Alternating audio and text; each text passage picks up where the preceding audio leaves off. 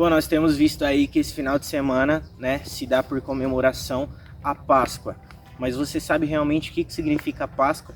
Você sabe o que nós fazemos menção nessa Páscoa ou não?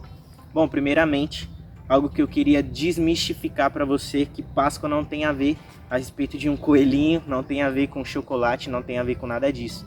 Bom, primeiro, essa ideia do coelhinho, da Páscoa e tudo mais, ela foi introduzida no século XVIII, no final do século XVIII, por alguns dos alemães que vieram para o Brasil, porque aos coelhos, símbolos de Ostara, as tradições rituais germânicas associaram a prática de entrega de ovos de aves pintados com tintas para as crianças. Então é por conta disso, por conta desse rito germânico, desse rito alemão, que os coelhinhos foram introduzidos na Páscoa. Mas Páscoa não diz a respeito de coelho, Páscoa diz a respeito de cruz, de morte e de ressurreição de Jesus. A Bíblia diz em Êxodo 12:11, é assim que vocês devem comê-los, já prontos para viajar, com as sandálias nos pés e o cajado na mão, como depressa é a Páscoa do Senhor.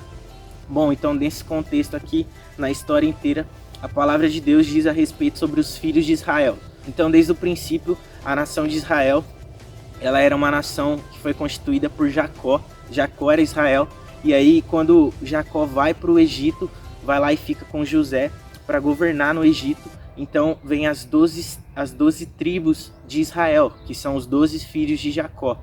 E aí depois de muito tempo eles se multiplicam na terra do Egito, e depois surge outro faraó que não conhecia José. Então por conta disso, os israelitas são escravizados por 430 anos no Egito. E a palavra Páscoa, ela vem do original psê, que significa passar por cima, significa a passagem. Esse é o original da palavra Páscoa.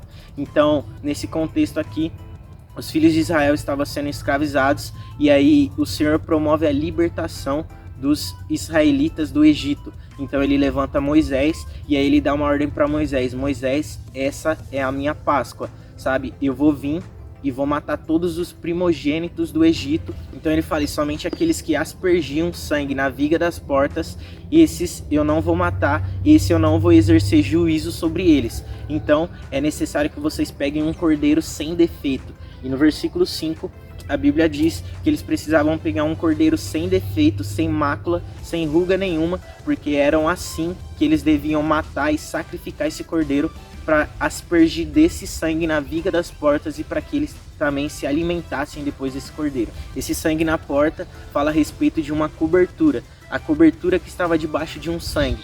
Então quando o anjo da morte viria, ele só iria entrar nas casas que não tinham o sangue na viga das portas, porque isso era um sinal de separação. Isso estava separando o povo israelita do povo egípcio.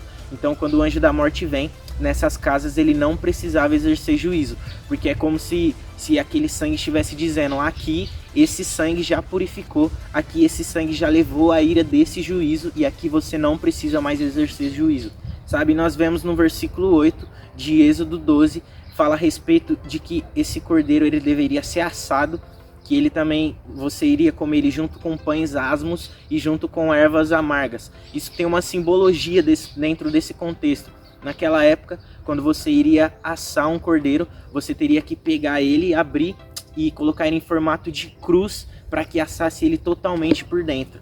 Então, eu nem preciso dizer muita coisa, mas esse formato de cruz aponta exatamente para Jesus, o cordeiro sem defeito, sem mácula, sem ruga, sem pecado, que depois viria para nos salvar e para de fato nos tirar do reino das trevas para o reino da luz. Então, eles pegavam esse cordeiro e eles assavam ele em formato de cruz. E esse pão asmo era um pão sem fermento da época. O fermento, dentro do contexto bíblico, ele significa contaminação. Então eles não podiam contaminar-se com esse fermento. E também o terceiro, a simbologia dessas ervas amargas. O Senhor queria que eles comessem essas ervas amargas, porque quando eles lembrassem do Egito, eles iriam lembrar do quão amargo foi essa servidão, do amargor, do fel dessa erva. Eles iriam lembrar que o Egito foi da mesma forma, sabe? Então na antiga aliança, essa saída do Egito, essa passagem, essa passar por cima, significa a passagem da escravidão para a liberdade. E agora na nova aliança, depois que Jesus veio e morreu por nós, isso significa a nossa passagem da morte para a vida.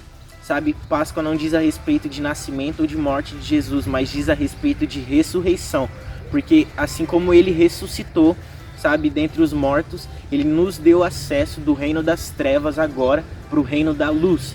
Então nós estávamos mortos nos nossos delitos e nos nossos pecados, e o Senhor nos transportou do reino das trevas, do reino do pecado, do reino da escravidão, agora para o reino da luz, para o reino da liberdade, para o reino da justificação em Jesus.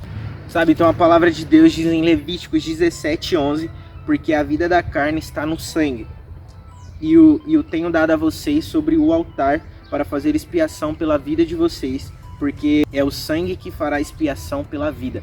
Então era exatamente isso que eles estavam fazendo.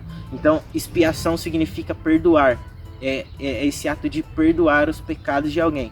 Então quando eles estavam passando esse sangue na vida, os povos israelitas, eles estavam simplesmente sendo perdoados, sendo isentos da ira de Deus e do juízo de Deus que viria sobre o Egito, sobre os primogênitos. É exatamente isso que o Senhor Jesus fez conosco, é exatamente isso que ele fez há 2020 anos atrás, é exatamente isso que nós comemoramos, é esse memorial perpétuo que diz no verso 14, é a respeito desse memorial que nós celebramos a Páscoa, porque assim como no sangue está o perdão dos pecados, através do sangue de Jesus que foi vertido na cruz, esse único sacrifício nos deu perdão e nos trouxe do reino das trevas para o reino da luz.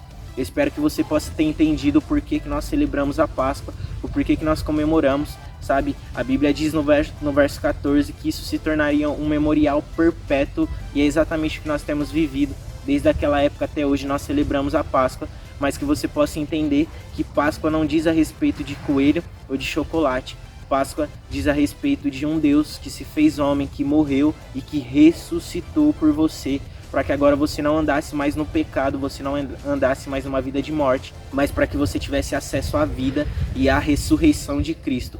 E assim como ele ressuscitou por nós, um dia nós também vamos ressuscitar para morar com ele.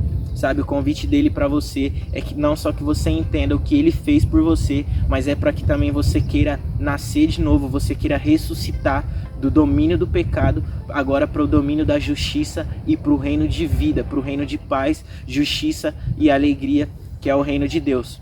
Sabe, que essa palavra possa ter falado no seu coração, que você possa ressignificar o significado de Páscoa, que você possa dar um novo significado, um novo sentido para a sua vida. E não se esqueça, na viração do dia, o Senhor estará a uma oração de distância sua.